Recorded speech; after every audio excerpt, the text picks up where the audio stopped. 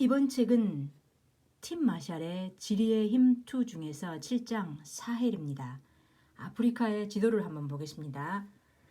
여기 사하라 사막 이쪽에서요. 이 아래쪽 이렇게 쭉 벨트에 해당되는 모리타니, 말리, 니제르, 차드, 수단 이쪽 이 벨트가요. 사헬 지대입니다. 자, 사헬이라는 단어는요. 먼저 해안이나 해변을 뜻하는 아랍어입니다. 그러니까 이 해안은 바위가 많은 관목지, 덤불로 덮인 모래 벌판, 낮게 자라는 풀과 나무들로 이루어져 있습니다. 자, 여기에는 사막을 향해 불어오는 뜨거운 바람에 날려버릴 위험 또한 곳곳에 산재해 있고요. 그리고 뜨거운 분쟁의 바람까지 불고 있는 험난한 지역입니다. 자, 이곳에요. 지금 이 사헬 지대가요. 그러니까 대략 1만 500년 전에 갑자기 기나긴 우기가 시작되자 이 사하라 사막 이쪽 있잖아요. 여기서 이 북부에서부터 지금 이 사헬 지대 여기까지요. 그 사바나 지역으로 변합니다. 자, 그러면서 그 사막 지역이 줄자 그때 사냥과 채집을 할 수 있는 지역이 대폭 늘었고요. 대략 20세대에 걸쳐 이루어졌을 법한 이 변화로 북쪽에서 남쪽까지 점진적으로 정착지가 늘었고요. 목축이 시작됐고 초보적인 농법도 전수되었다고 합니다. 그런데 5,000년 전쯤 비가 그치면서요. 그 사바나 지역이 다시 사막 지역으로 되돌아와 버린 것이죠. 자, 그러면서 이쪽 지도에서 보면 요 위쪽이 지중해자, 요게 지중해고 여기가 홍해거든요. 그러면서 사람들이 이쪽 살기 좋은 이쪽 지중해 쪽 위쪽으로 아예 올라가거나 그 다음에 이렇게 아래쪽 열대우림 지역 요 아래쪽으로 내려온 것입니다. 그러니까 지금 이쪽은 이 사헬 벨트이고 그 다음에 이쪽 북쪽은 사막, 그 다음에 지금은 이쪽 체체파리의 왕국이라고 불리는 이 열대우림이 시작되는 이곳이거든요. 그러니까 이곳은 예를 들어서 그 사헬 지대에 들어가게 되면은 잘못하면은 그 사막 지대에 갇혀버리게 되고요. 그 다음에 또 잘못 아래로 열대우림 지역으로 내려오게 되면은 그러니까 말, 낙타, 당나귀들은 살아남기 어려울 뿐 아니라 현재도 해마다 수만 명이나 되는 사람이 목숨을 잃고 있다는 이 열대우림 지대에 빠지게 되는 것이죠. 자, 그러면요. 그때 그러니까 우리가 그러면은 그 사막을 가로지르던 그 대상인들 있잖아요. 그 사람들은 그럼 어떻게 그게 가능했냐면요. 여기서 뭐라고 표현하였냐면은 혁명적인 순간이었다. 이 표현을 쓰거든요. 그게 바로 낙타의 출현입니다. 자, 그러면서 2000년 전에요. 그 규모가 어느 정도였냐면요. 그 교육여행을 왔다 갔다 하는 그 낙타의 규모가요. 1만 2천 마리까지 헤아릴 경우도 있었다고 합니다. 오늘날로 치면은 여기서 초대형 유조선에 비교하거든요. 정말 이 표현이 딱 맞는 것 같아요. 초대형 유조선, 사막의 배들이었죠. 자, 그러면서 지금 이 아프리카 이쪽에서요. 이쪽 유라시아 대륙까지 무역로가 형성된 거죠. 그러니까 여기에 재화가 오고 간 것입니다. 자, 그러면요. 그때 그 교역로의 그 번영을 불러왔는데 그 사헬 지역에서는요. 8세기에서 9세기까지 여러 제국과 왕국이 출현했고요. 사람들은 포획한 노예들과 상아와 금 그 등을 낙타 행렬에 실어서 그 팀북부 같은 무역 항들에서 북쪽으로 날랐고요. 그때 1000년이라는 세월에 걸쳐 무려 1천만 명 이상의 아프리카 출신 노예들이 이 길로 끌려가서 아랍 국가들에 팔려갔을 것으로 추정하고요. 그리고 북쪽에 있는 그 지금의 그 모로코, 튀니지, 그 카이로 같은 그 북쪽 도시들에서 그 온갖 사치품들을 들어와서 남쪽 제국들의 상류층에 전해졌다는 것이죠. 자, 그때 바로 사헬에는 당시에 귀했던 그 소금이 풍부했었고요. 그 다음에 지금도 오늘날에도 이 투아레그족이 거대한 소금판을 낙타 등에 싣고 말리까지 나르는 여정을 하고 있습니다. 그런데요, 지금 그 사헬 벨트 지역에 있는 그 워낙 그 벨트 지역이 넓고 그 다음에 그 관리하는 당국에서도 그 통치가 힘들다 보니 그 멀리 떨어진 지역에는 상당수 중에 그 자치권을 허용하고 있다고 합니다. 자, 그런데요, 그 북아프리카와 그 아랍 상인들이 그 교역로를 통해 오가면서 그때 그 물건만 싣고 들어온 게 아니라 바로 사상, 바로 그 무함마드라고 불리는 사상 이슬람이었습니다. 그러니까 이슬람이 사헬에 들어온 것은 8세기 초반이었고요. 이후 수세기 동안 강력한 통치자들이 이슬람교로 개종했으며 점차 아프리카 주민들의 다양한 토속 신앙과 결합되는 양상을 보였다고 합니다. 자, 그래서요, 지금 여기에서 그 아까 이곳에는 그 기후 이런 것만 험난한 게 아니라요. 바로 뭐 어떻게 표현하냐면요. 이 알카에다와 ISIS를 맹금으로 표시하고 있습니다. 자, 그게 바로 그 처음에 들어온 이슬람이 처음 들어온 게 그 8세기 초반이었다는 거죠. 자, 그러면서 두 번째 들어왔던 것이 바로 유럽의 무역선들이었는데요. 자, 그들 또한 이 아프리카 노예 무역상이었죠.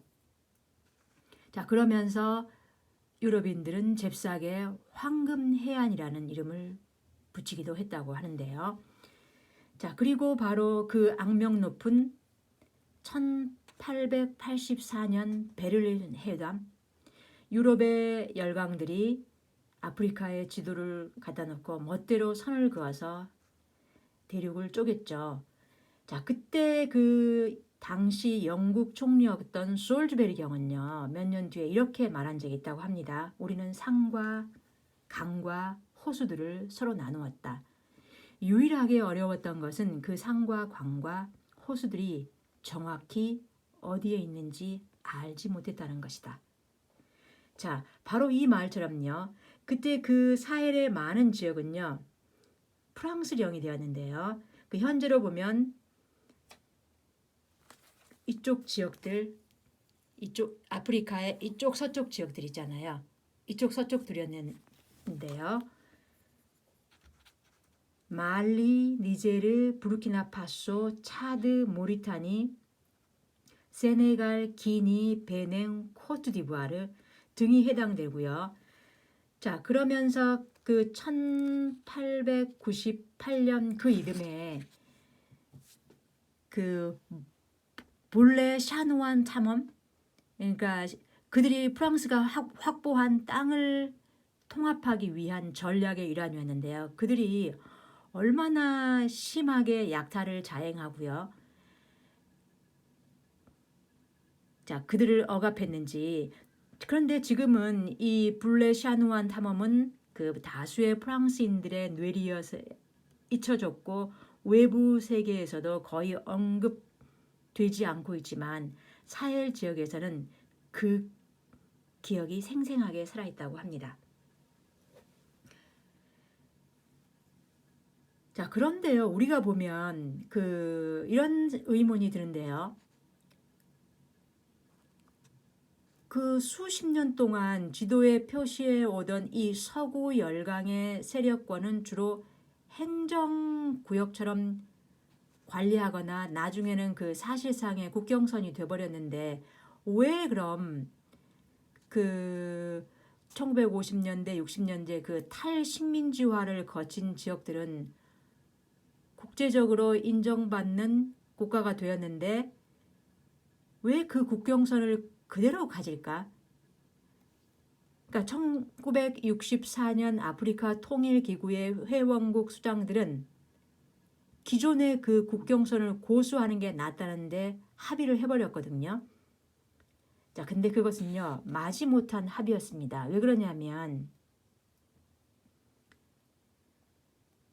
그 식민지 이전의 종족 간 유대 관계를 기반으로 영토를 교환하는 협상을 하다가는 자칫 대륙 전체에 분쟁을 일으킬 수 있었기 때문이죠. 자, 왜냐하면 그 뒤에 약간 그 수정된 합의가 있었거든요.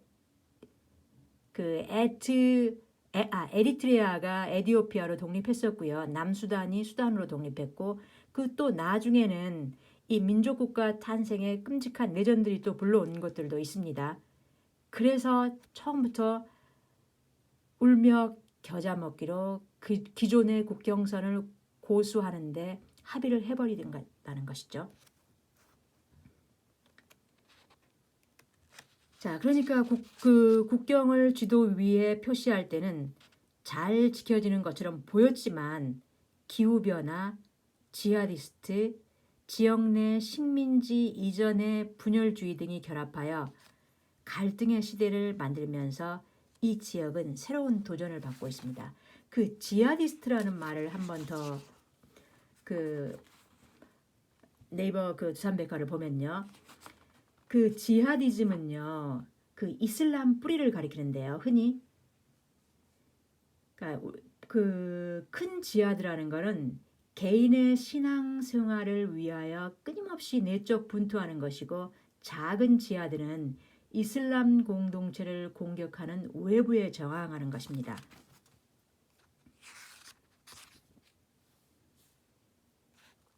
자, 그러면요, 이렇게 먼저 그 말리의 한번 지리를 한번 보겠습니다. 말리는 그 지리적으로 문화적으로 구분되는 두 개의 지역이 있는데 바로 나이저 강을 중심으로 남과 북으로 나뉘는데요.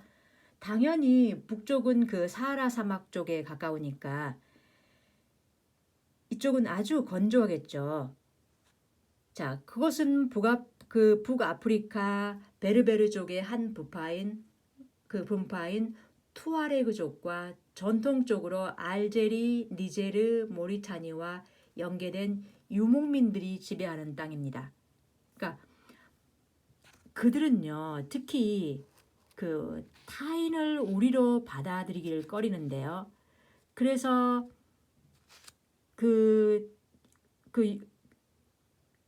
보면은 이 사람들이 계속해서 어떤 독립국가 창설을 원하고요. 그래서 나중에 보면 1960년대 이 투아레그족이 봉기하거든요. 그러니까 상당히 복잡하게 얽혀 있습니다. 계속 반정부 투쟁을 벌이고, 그리고 또 국제 테러 단체들의 지원을 받기도 하고요. 자, 그러니까 하루라도 거의 편할 날이 없는 것 같습니다. 자, 또 내전이 종식되면 또 다른 곳으로 그 테러리스트들과 그 다음에 이 종교 단체들 이런 것들이 서로 연결이 되고요. 그리고 만약에 여기서도 보듯이 2002년에 그 알제리에서 내전이 종식되니까 다시 그 극단주의들이 그 다음에는 말리로 들어가고 이런 식으로 계속 연결이 되는데요. 그러면은 말리는요, 사실 이미 자국 내 많은 지역에 대한 통제력이 약해진 세계 최빈국 중에 하나입니다. 그런데 이렇게 보면요, 어떻게 이 지하디스트나 이런 테러리스트의 단체들이 어떻게 끊임없이 그렇게 생기고 지속이 되는 걸까? 그거는요, 돈줄입니다. 뭐 이렇게 최병교국이고 가난한 나라인데 어디서 돈이 나오지? 자, 그거는 바로 자원인데요. 그 자원이 어디서 나오느냐면요.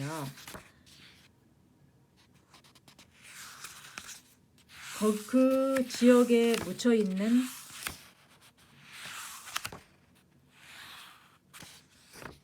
그 자원들인데요. 우리가 알고 있는 지금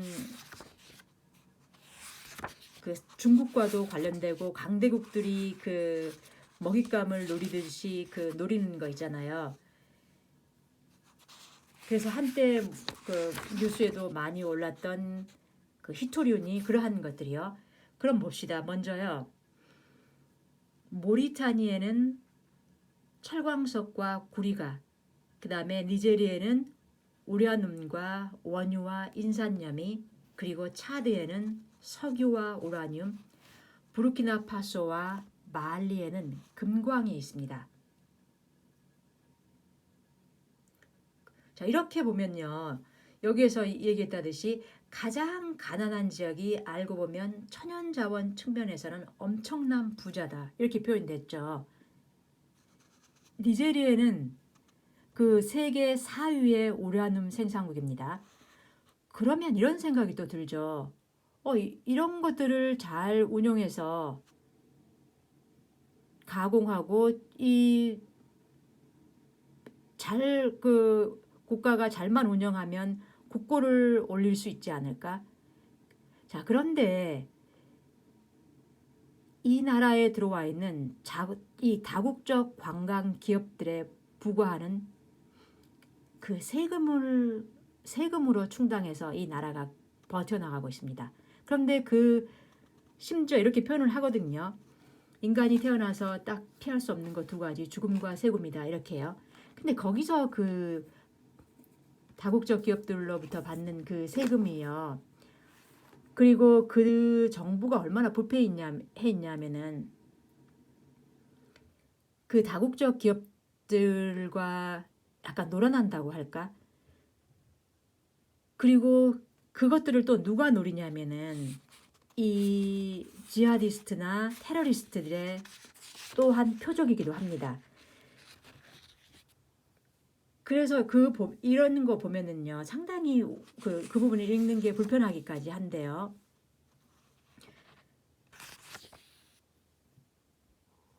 그러니까 정부 관리들이나 지하디스트들이나 테러 단체들이 자기네 이익만을 위해서 이 국가와 국민이 함께 뭉쳐서 시간을 조금 더 들리더라도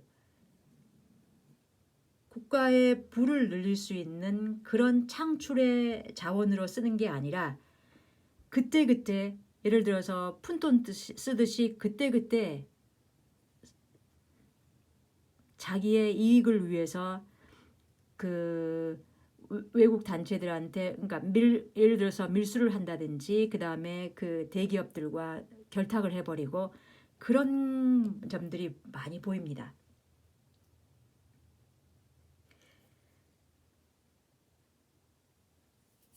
자, 그러면서요, 우리가 그럼 중국 부분을 한번 보겠습니다. 그럼 중국은 어떻게 해서 이렇게 아프리카에 많은 건설을 하고 있느냐 하면요. 히토리오 부분을 한번 보겠습니다.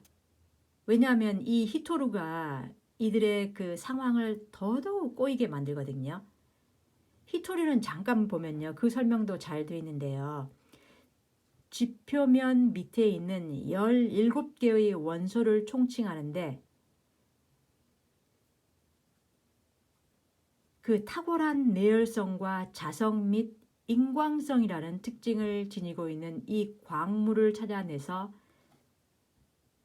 채취하는 것이 쉽지가 않다고 합니다. 근데 채취 기술을 중국이 많이 가지고 있죠. 자, 그것들은 오늘날 우리가 알고 있는 그 노트북 하드 드라이브나 레이저뿐만 아니라 휴대전화, 평면 TV 스크린, 야간 투시경, 미사일 등 일단 세계 모든 강국의 기술과 방위 산업의 핵심 부품이어서 이것들이 사용되지 않는 예가 없다고 합니다.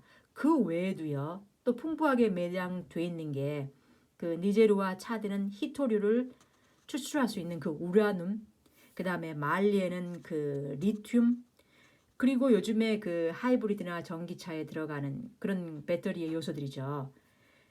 자, 그러면서 그 전 세계 그 카보나타이트 암석의 절반 이상을 보유하고 있는 것으로 알려져 있다고 하고요. 자, 이렇게 그 풍부한 것들이 있어서 또한 다들 그 눈독을 들겠죠.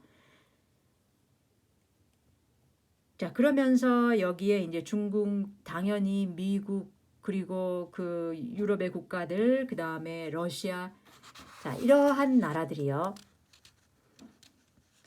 그 주변의 국가들의 뭐 어떤 기지도 개항하면서 그런 곳에 자리를 잡습니다. 그리고 중국은 지부티에서 에티오피아까지 이어지는 전기철도 건설에 자금을 댔고, 자, 그러나 이 중국 기업들은 그 사헬 지역에서 반중국 정서가 일고 있음을 보여주는 사례들도 꽤 많다고 합니다. 자, 그런 부분에 대한 그 설명도요, 잘 나와 있습니다.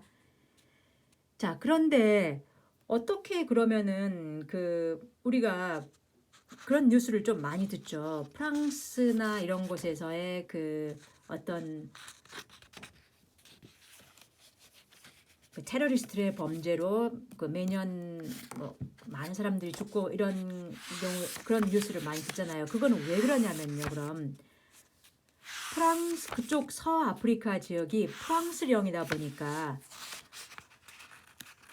그쪽에 있는 국가들에서 어떤 프랑스 국적을 갖고 있는 사람들이 많습니다. 그럼 그들이 주범이 돼서 그 프랑스 쪽에서 테러가 많이 발생하고 있거든요. 그 부분을 한번 보면요.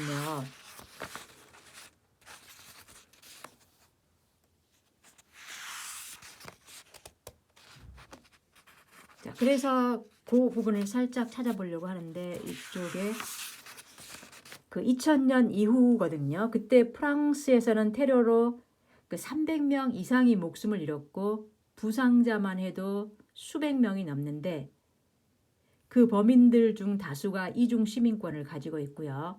그래서 프랑스로 쉽게 들어올 수 있다는 것이죠.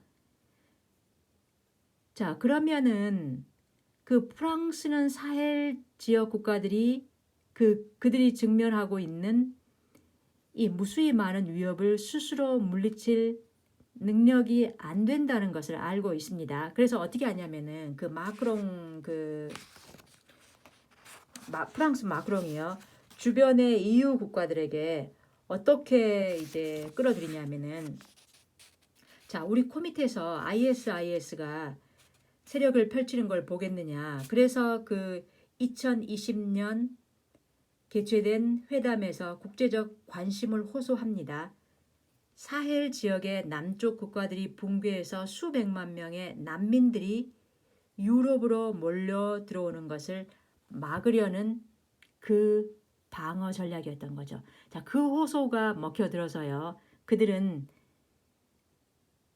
그 마크롱이 장갑차 뭐 100대 600명의 군인을 추가하기로 해서 이렇게 해서 프랑스군만 병력 수준이 1,500명까지 끌어들이고요. 그리고 EU 국가들을 끌어들였는데요. 그런데 그게 2013년에 시행되었는데 200명의 평화유지군이 목숨을 잃은 전 세계에서 사상률이 가장 높은 임무였습니다. 자, 그래서 지금도 프랑스는 그 다른 국가들, 그러니까 유럽의 강국들과 그 다음에 미국까지 끌어들이고 있는 것이죠. 자, 그러면은 국제사회에서는요, 사헬 지역에 또 프로젝트를 벌이고 있는데, 그 사헬 지역을 우리가 점점 이렇게 그 사막화 되어가는 이것들을 조금 막아볼 방법. 이 지역 그에서 지금 일어나는 이 기후로 이 망가지는 일부분을 조금이라도 막아보려는, 자, 그러면 이 책에 보면요, 그 기후로 다시 읽는 세계사 이 책에서도 보면요, 얼만큼의 사막화가 이루어지고 있냐면요, 이 지도를 한번 보겠습니다.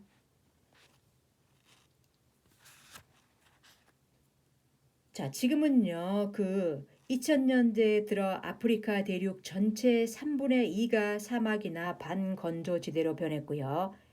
경상남북도와 전라남북도의 면적을 합한 것과 맞먹는 땅이 매년 사막화가 되고 있다고 합니다.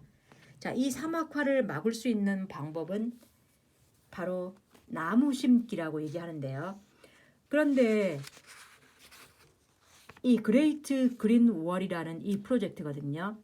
근데 2007년에 이 시작된 이 사업은 그쪽 사헬 벨트 쪽에 나무를 심는 것인데요. 그런데 이때는 어쨌거나 이 방법은 일단 돈이 덜 들면서 효율적인 빗물 저장 방식을 이용해서 풀이 자라게 하고 다시 묘목을 심는 것으로 거둔 일부 성공들로 인해 이 계획에 대해 반대 목소리를 잠재우고는 있습니다.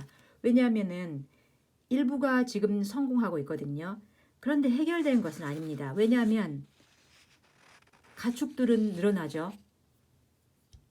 그 다음에 인구수가 증가하죠. 자, 그러면은 유목민들은 언제까지고 그 나무가 다 자랄 때까지 기다릴 수만은 없겠죠. 자, 그러다 보니 계속 사막화는, 그리고 심지어 그곳의 폭력도 계속 악순환이 재발하고 있습니다.